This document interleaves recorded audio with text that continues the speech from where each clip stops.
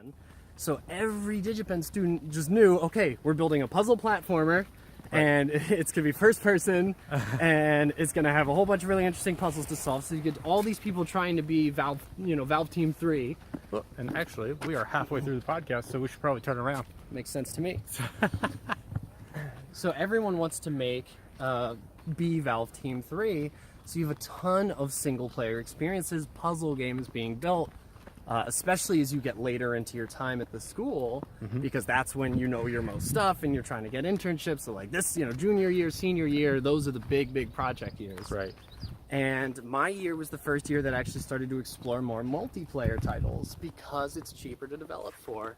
So it's kind of no surprise to me that as an industry, to hear that Call of Duty is trying to strip out multiplayer, to see that Titanfall didn't even offer it initially. Not surprising, right? There's a good argument to be made. But we're also now seeing Titanfall saying, maybe that wasn't the greatest idea. Let's try adding it for Titanfall 2. Some people need sort of a more controlled, less sometimes toxic, less hectic experience to show them how to play the game before they can comfortably play it multiplayer. But that's been something even Blizzard and Valve and Riot and huge giants still haven't entirely figured out how to prepare people for multiplayer games. Yeah, exactly. Without having a friend there. Right. And I mean, the one thing that I look at is like Overwatch. Huge game if you've missed it somehow. And their training versus bots is just a little playground. And the actual little robots, so they're not even any enemies that you would encounter when playing the normal game, whether versus AI and with players or versus other players or even competitive, you don't get the same enemies to even shoot at. They're running specific routes, they're just standing there, they're healing, they're doing different behaviors so that you can try out your abilities against them. But that still doesn't necessarily prepare you for playing the game, and neither does the tutorial. It gives you a general sense of playing as like Soldier 76, the most generic character. I mean, he's basically your standard FPS character for any FPS in the last 20 years. And so that's probably very intentional. Yeah, absolutely. Great choice in my mind. But at the same time, like if that's all they're doing to step you into playing multiplayer, they're still not teaching that next level. They're still not teaching cooperation. They're still not teaching people. There's no map knowledge. There's no map knowledge. There's no information for people to really digest. You have to get it all exterior to the game itself. And when that's forums, that's Twitch, that's YouTube, that's written guides from fan sites, and you're leaving it all up to fans. Well, is this another case of single player versus multiplayer development where they say the fans will do this work so we don't have to? Is that the consideration?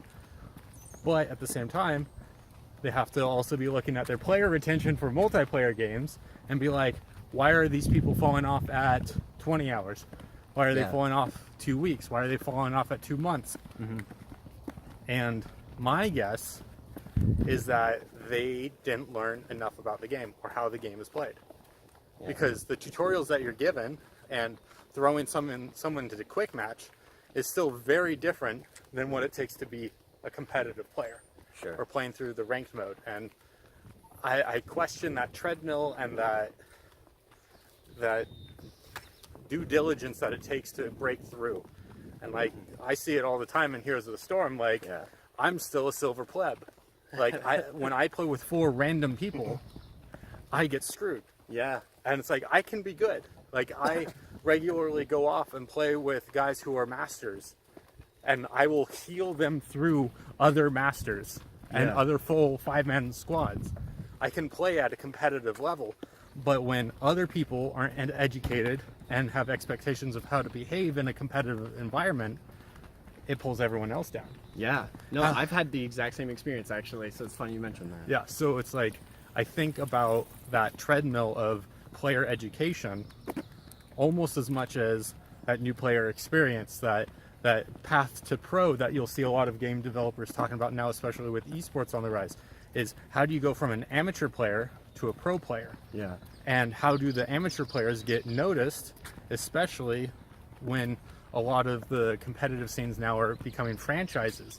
So these teams buy a slot and then they have to know who to recruit. I mean, when when the Overwatch League was becoming a thing, it hadn't even officially started, but it was after it was before the franchises were even allowed to buy in. Blizzard published, here's the player draft guide. Here's like all the top players, and you can sort by all the different criteria. You can see what roles they play. You can see their percentage efficiency, all that kind of stuff. And you think that was good, or was that actually harmful? I think that was really good for those franchises to be able to pick someone up and say, this is the team that we want to develop. Yeah. And as long as that data it becomes available again, like next season, and these teams have the ability to go through a player draft, essentially. Yeah. And one that Blizzard itself curates. Right.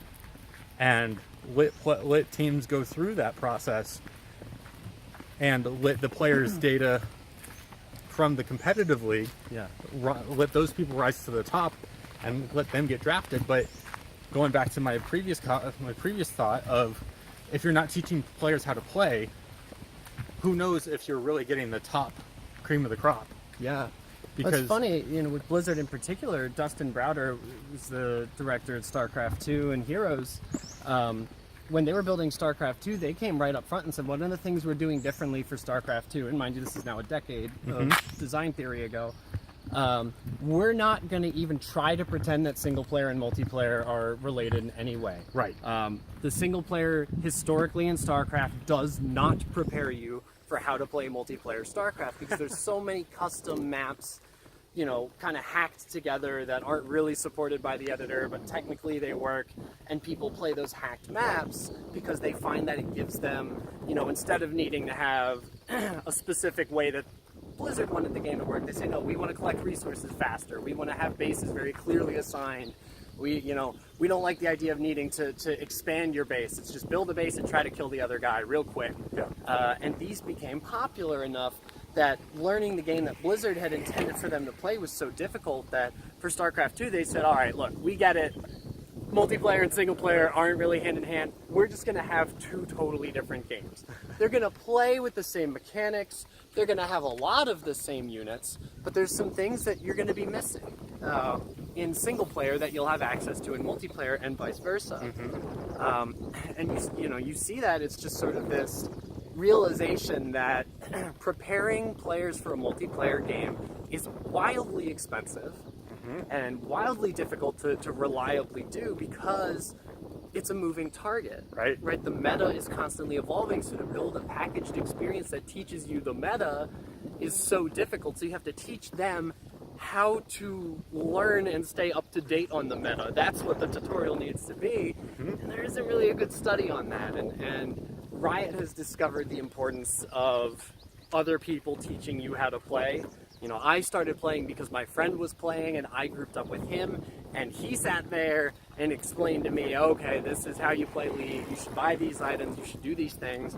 I'm helping, one of my buddies kind of learn a little bit of that side of League of Legends now, and that doesn't cost Riot anything. Yeah, In fact, they're probably making money because I'm sticking around so long to do this. Exactly. And I mean, I can guarantee that companies like Riot, like Blizzard, they are watching individual players, and they are one of their BI pieces of information is sorting out which person has made more connections to other people that has led them to the most amount of money. Yeah. And so I'm predicting this. I'm predicting that you will see companies starting to reward players not only for good behavior, like Blizzard is now doing with Overwatch, of allowing people to promote or to compliment other people and give kudos kind of thing. I believe you'll start seeing in-game rewards. So here's a loot box for having contributed. It's almost like a refer a friend program. Yeah, exactly. It's like the next extension, but it's just by continued play, because you were a good person. Because when people play with you, they spend more money. There is a way to make that correlative. Cumulative. There's a way to make that data stick. And say, this person is a good person to invest in Yeah. by making sure that they stay happy, because it leads to more money. Yeah. Which, I mean, ultimately is almost everyone who plays a free-to-play game who doesn't buy anything. They need to keep that player base happy, because they're the ones who are feeding the ones who are spending the most money. Yes. And so the more a freemium person plays, the more that they almost feel entitled, which is why the grind for all of the stuff to earn the in-game currency just by playing the game has to be smooth enough that people aren't turned off by it. Yeah. Yeah, and that, that's something, now that I'm working at a startup in the free-to-play space, it makes you think a lot about just what exactly a non-paying player is worth, right? A lot of what we're trying to explore is the role of spectators in games. And in a classical gaming experiment, there's no such thing. These are just people who know this game that don't happen to be playing right now. They're just watching. Right. But we're trying to figure out, okay, for people who never play the game in their life and are looking at it now, they can still enjoy it and appreciate it without needing to know a tremendous amount of the system. Right. And there hasn't been a huge market for this before, mostly because we look at it, it's like, all right, well, if they're never downloading the game, then why do we care about them?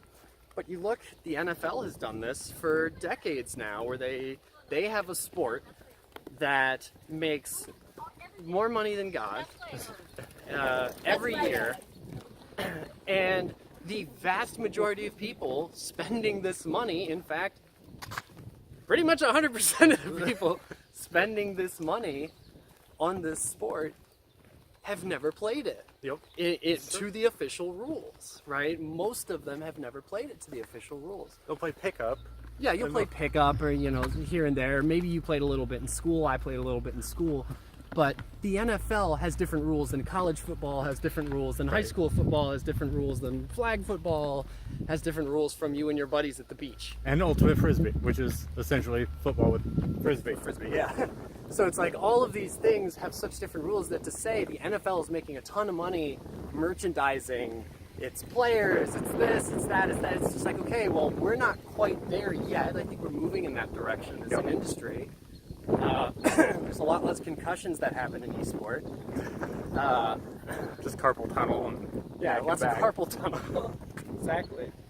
But that's something that we're exploring a lot, is what options, what opportunities are there to get value from people who, okay, they're doing the freemium thing. I have tons of friends who play League of Legends, and to them it's like, oh God, why would I ever spend money on a game I don't have to? To which Riot shouldn't say, oh God, okay, yeah, you're just another deadbeat, you're a parasite that just sits on our product and eats up our server, et cetera, et cetera. It's like, no, if you take the right approach, these people can still be evangelists for your product. Exactly. Even if they don't ever want to spend money on your product, even if they never want to install it, if they host a watch party for Overwatch League, they're helping your product. Yep. They're establishing goodwill. Even if something as little as someone else saying, oh, I really hate Rocket League, and they say, I don't know, I've never played it, but I've always had fun watching it. Yeah. That right there can do a lot of good. It's hard to quantify, that's for sure, and that's probably why a lot of companies don't like it, because it's scary and new. But that's why it's kind of exciting for us, is, we're lean enough, we're fast enough, we're small enough that exploring this space, we don't have access to huge, tremendous big data, which also means we don't have a dependence on it. Yeah. We don't need it, right? Since companies out there that have access to this feel naked if they don't have tons of data backing up every decision they make, and naturally the subset of successes that they can have shrinks tremendously, and that's how you end up with Assassin's Creed 7.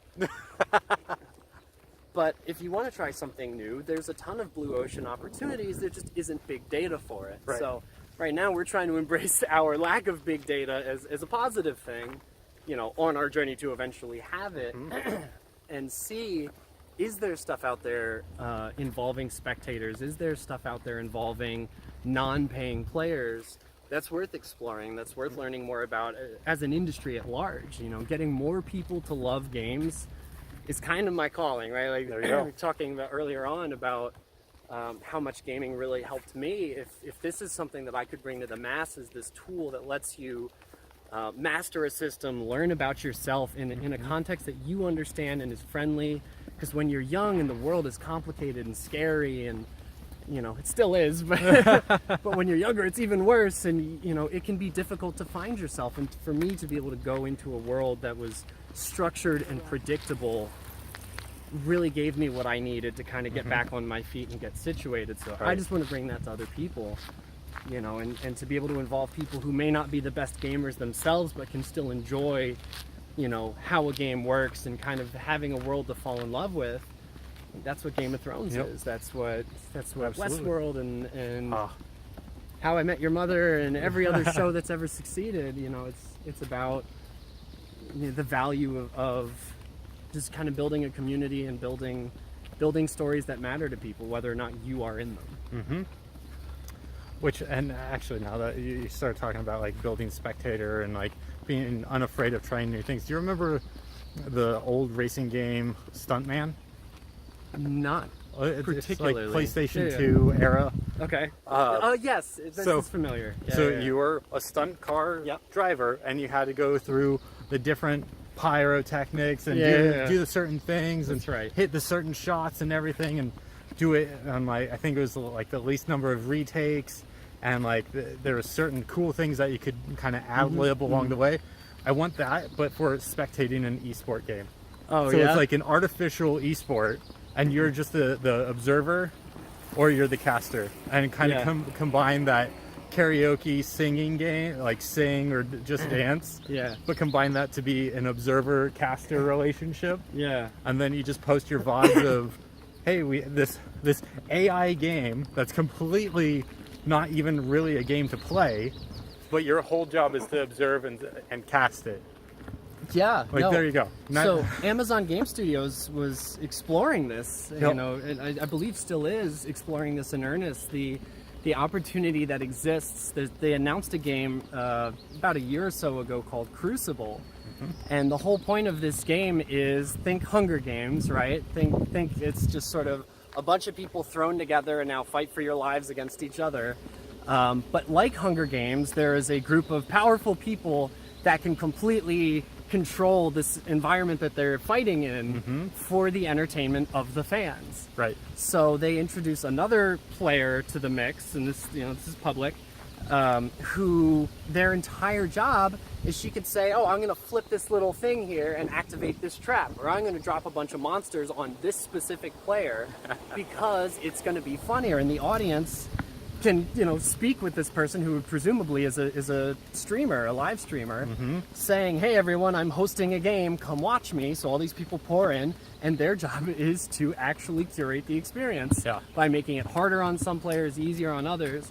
And this is such a fantastic and fun exploration of gaming that we just haven't really seen much of yet.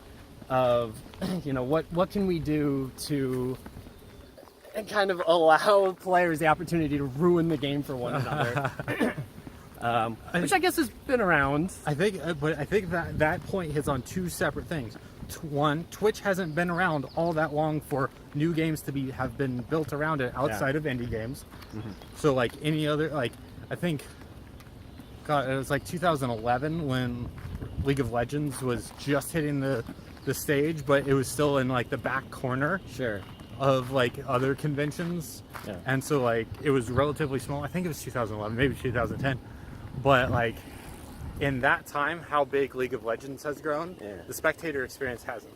Like it's changed and been polished and everything, but no other game since like I'm going to use League because I think it was like the biggest game to just explode on Twitch and probably bring a lot of people to that platform. Is that they I kind of lost my thought.